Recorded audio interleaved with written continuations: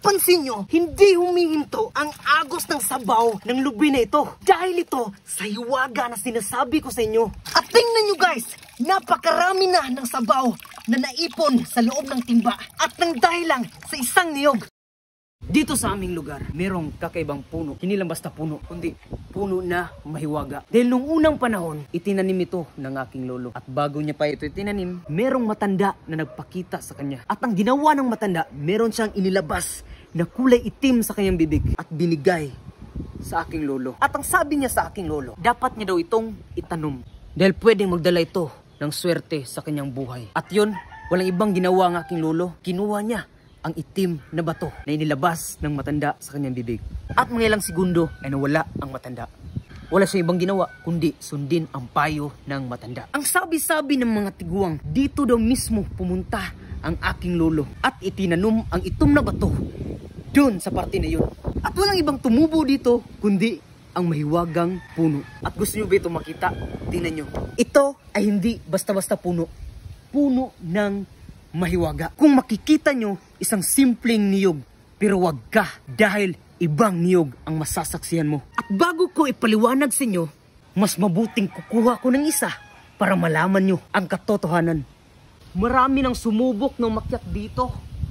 Pero sa kasamang palad, hindi na sila nakabalik. At ngayon, gagawin ko lahat ng makakaya ko para makakuha ng miracle fruit. At eto na guys, lakas ng hangin guys. Kung makikita nyo ang lubi na ito ay natural lang. Sa unang tingin mo, ito ay ordinaryo lang. Pero isinisiguro ko sa inyo na hindi natural ang buko na to. Mahihibalan mo ang tanan pag atin itong abrihan at makikita nyo ang sulod nito. Sa nakikita nyo, ito'y natural lang. Tingnan nyo. Guys, tingnan nyo ng maigi. Ibubuhos natin ang sabaw nito dito sa timba para makita nyo ang buong hiwaga.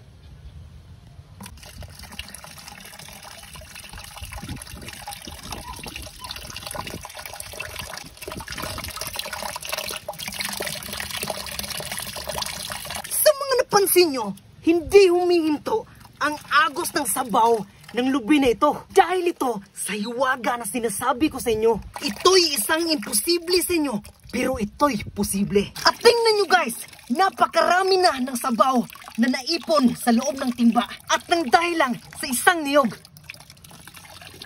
Halos nangayayat na ang aking katawan sa paggunit ng lubi nito. Pero bakit hindi humihinto ang pag-agos ng sabaw nito? At halos mapuno na ang isang timba ng dahil lang sa isang lubi. Napakaraming sabaw na nang naipon nito. Alam nyo ba bakit hindi humihinto ang sabaw na umaagos dito sa loob? Dahil ito sa hose na nakikita nyo ngayon, binutasan ko dito at nakakonekta ito sa gripo. Para makaipon tayo ng maraming tubig para makaligo na tayo. Dahil papasok pa ako sa trabaho at para madagdagan ang ating kagupuhan. So guys, puno na. So ibalhin natin sa pikas.